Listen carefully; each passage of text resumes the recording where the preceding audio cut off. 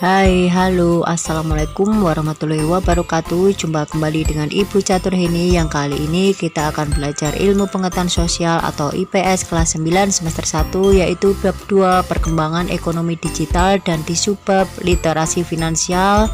Dan ini merupakan video bagian kelima masih dalam kurikulum merdeka. Baiklah, sekarang kita akan belajar tentang literasi finansial. Apa yang kamu ketahui tentang literasi? Apa yang dimaksud dengan literasi finansial? Iya, literasi sesungguhnya tidak hanya berkaitan dengan aktivitas membaca dan menulis saja, namun mencakup juga kemampuan dalam memahami berbagai aspek kehidupan.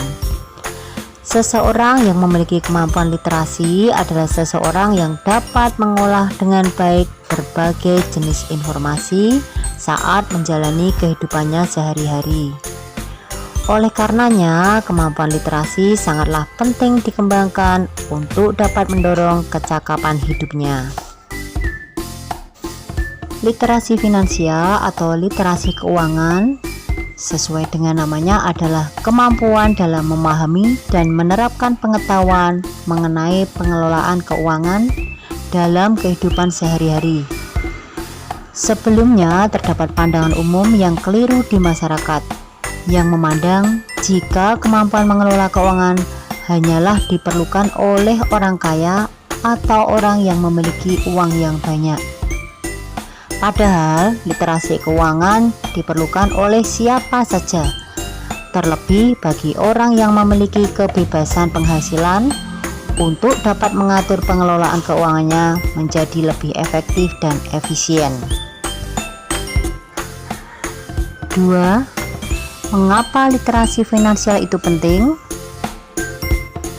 Bayangkanlah jika ada seseorang yang tidak mengetahui dengan pasti jumlah penghasilan dan pengeluaran selama hidupnya. Sementara ia senang berbelanja, namun tidak mempertimbangkan anggaran keuangan yang dimilikinya. Ia juga tidak pernah belajar ataupun mengetahui tentang perkembangan sistem ekonomi digital saat ini. Kira-kira apakah orang tersebut dapat mengelola uang yang dimilikinya dengan baik? Literasi finansial diperlukan untuk memastikan seseorang agar dapat menggunakan uang serta kekayaan yang dimilikinya dengan tepat dan bijak. Terlebih lagi di tengah perkembangan industri yang semakin pesat ini, ketiadaan literasi finansial bisa menjebak seseorang ke dalam gaya hidup konsumtif, gemar berbelanja, namun tidak mengupayakan kepastian kesejahteraan dalam jangka panjang. Ironisnya, saat ini kemampuan literasi finansial masyarakat Indonesia masih tergolong rendah. Menurut penelitian yang dilakukan oleh Bank Dunia pada tahun 2015, tingkat literasi finansial di Indonesia berada jauh di bawah negara tetangga seperti Singapura dan Malaysia.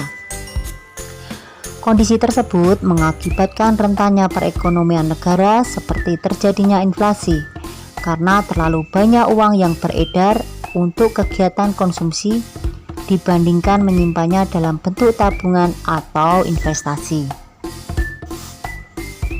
Di sisi lain, rendahnya kemampuan literasi juga mengakibatkan rendahnya tingkat partisipasi dalam sistem keuangan formal, seperti pemanfaatan jasa perbankan dan tingginya potensi kerugian seperti resiko penggunaan jasa keuangan ilegal yang berujung pada permasalahan keuangan.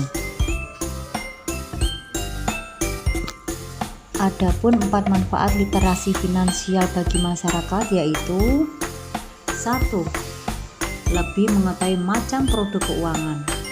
Masyarakat akan semakin familiar dengan produk keuangan di pasaran. Kemudian manfaat literasi finansial yang kedua yaitu masyarakat akan tahu cara memanfaatkan produk keuangan untuk meningkatkan kesejahteraan. Masyarakat akan lebih memilih dan mengkonsumsi produk dan layanan finansial berdasarkan kebutuhan. Kemudian manfaat literasi finansial yang ketiga bagi masyarakat yaitu peningkatan taraf hidup. Masyarakat akan lebih terampil memanfaatkan produk layanan keuangan sehingga taraf hidup semakin meningkat. Kemudian manfaat yang keempat yaitu terhindar dari penipuan. Masyarakat tidak mudah tertipu oleh produk yang merugikan, misalnya investasi bodong, skema ponzi, monkey business, dan lain sebagainya. Apa saja cakupan kemampuan dari literasi finansial? Jadi, seperti apa perwujudan dari literasi finansial? Apa contoh tindakan yang bisa kita lakukan untuk menetapkan literasi finansial? Untuk menjawab pertanyaan-pertanyaan tersebut, kita bisa melihat arahan pemerintah dalam program Gerakan Literasi Nasional di bidang literasi finansial. Berdasarkan arahan tersebut, kalian sebagai pelajar dapat mempelajari dan mengembangkan kemampuan literasi finansial dalam 6 cakupan berikut. Yang pertama yaitu memiliki pemahaman tentang transaksi ekonomi dan beragam jenis prakteknya. Yang kedua, mengenali pemasukan atau earning. Yang ketiga, mengelola pengeluaran atau spending. Yang keempat, merancang tabungan atau saving. Yang kelima, merancang alokasi berbagi atau sharing. Yang keenam, mengenali praktek tidak baik dalam kejahatan finansial. Untuk lebih jelasnya, mari kita ulas satu persatu tentang komponen literasi finansial tersebut. Yang pertama, memiliki pemahaman tentang transaksi ekonomi dan beragam jenis prakteknya. Seseorang yang memiliki kemampuan literasi finansial setidaknya dapat memahami dengan baik informasi mengenai pengetahuan dasar dalam melakukan kegiatan ekonomi, seperti yang telah kita pelajari di kelas sebelumnya hingga sampai di tema ini.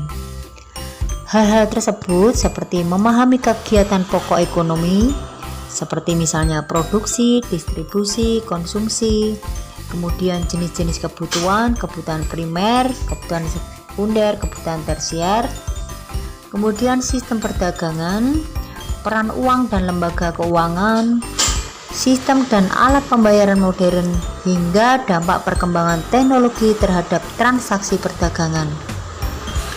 Pengetahuan umum ini dapat menjadi bekal utama seseorang untuk mengembangkan kemampuannya dalam literasi finansial. Yang kedua, mengenali pemasukan atau earning.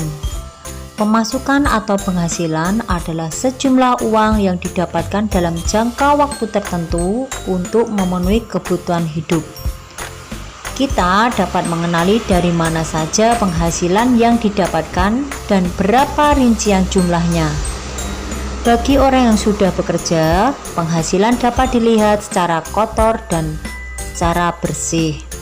Penghasilan kotor adalah penghasilan yang belum dipotong oleh berbagai keperluan seperti pajak, asuransi, cicilan pinjaman, dan lain sebagainya.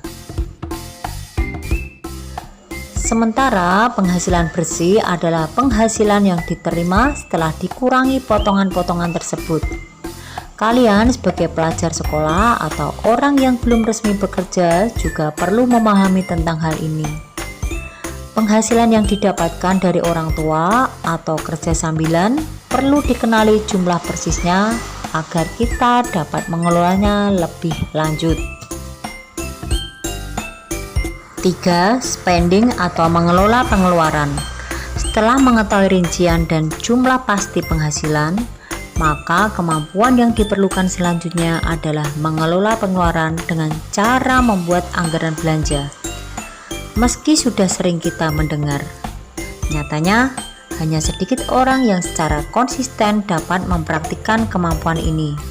Padahal membuat anggaran belanja merupakan hal penting untuk memastikan agar kita bisa berbelanja dan menghabiskan uang sesuai kebutuhan dan kemampuan. Anggaran belanja digunakan untuk merencanakan berbagai pengeluaran jangka pendek dan jangka panjang. Pengeluaran jangka pendek adalah pengeluaran untuk memenuhi kebutuhan dalam satu atau beberapa hari saja. seperti membayar ongkos kendaraan umum atau membeli makan siang. Sementara pengeluaran jangka panjang adalah pengeluaran untuk memenuhi kebutuhan dalam jangka waktu yang lama, seperti membayar iuran atau membeli tas sekolah, membeli sepeda, meja belajar, dan lain sebagainya. Dalam hal ini, kita memerlukan perhitungan berdasarkan skala prioritas, yakni memetakan kebutuhan primer, sekunder, dan tersier. Pemenuhan kebutuhan primer menjadi prioritas sebelum kebutuhan yang lainnya. Yang perlu kalian ketahui, mengelola pengeluaran tidak selamanya harus berkaitan dengan kegiatan membayar atau membeli sesuatu, tetapi juga termasuk menabung, melakukan investasi, atau memberikan sedekah. Yang keempat, yakni merancang tabungan atau saving. Sisa dari selisih antara pemasukan dan pengeluaran kebutuhan primer dapat kita alokasikan untuk keperluan lain seperti tabungan, asuransi, dan investasi. Pilihan untuk menabung daripada membeli sesuatu yang tidak begitu diperlukan adalah hal yang sangat dianjurkan dalam literasi finansial, karena menabung akan memberikan manfaat yang lebih banyak. Menabung juga mengasah kemampuan kita untuk bersabar. Jika tabungan sudah terkumpul, seseorang akan memiliki kemampuan yang cukup untuk membeli sesuatu yang diidamkan secara langsung tanpa harus mencicilnya dengan bunga. Di samping menabung, terdapat juga pilihan untuk melakukan investasi dengan cara menyimpan dana atau modal untuk menghasilkan keuntungan. Penyimpanan dana bisa dilakukan dengan mengkonversi uang menjadi benda yang memiliki nilai yang terus meningkat, seperti misalnya emas ataupun tanah. Sementara menyimpan modal bisa dilakukan dengan cara membeli saham, membuat deposito, atau mendanai langsung sebuah usaha. 5. Merancang alokasi berbagi atau sharing. Mengalokasikan uang untuk berbagi bisa menjadi pilihan dalam mengelola pengeluaran. Dana berbagi yang wajib menurut hukum adalah dengan membayar pajak negara. Misalnya saat kita berbelanja makanan di restoran, maka secara otomatis kita akan dikenai pajak pertambahan nilai atau biasa disebut PPN sebesar 10%. Uang pajak tersebut akan digunakan negara untuk membiayai keperluan negara dalam melayani masyarakat. Di samping pajak, kegiatan berbagi lainnya tidak diikat oleh hukum, namun biasanya terkait dengan tradisi masyarakat atau ajaran agama. Bentuknya adalah seperti pemberian uang atau dana bantuan dalam berbagai bentuk yang bersifat wajib atau sukarela. Seperti misalnya zakat, itu merupakan wajib, dan sedekah ini merupakan sukarela dalam ajaran agama Islam. 6. Mengenali praktek tidak baik dan kejahatan finansial. Hal terakhir yang tidak kalah pentingnya terkait dengan kemampuan literasi finansial adalah mengenali praktek penyalahgunaan keuangan seperti modus atau cara yang sering dilakukan dalam tindakan penipuan atau korupsi. Pemahaman akan hal ini sangatlah penting agar kita dapat terhindar dan tidak menjadi korban atau pelaku dari tindakan penyalahgunaan keuangan yang dapat merugikan orang lain. Sekarang silakan kerjakan tugas berikut ini.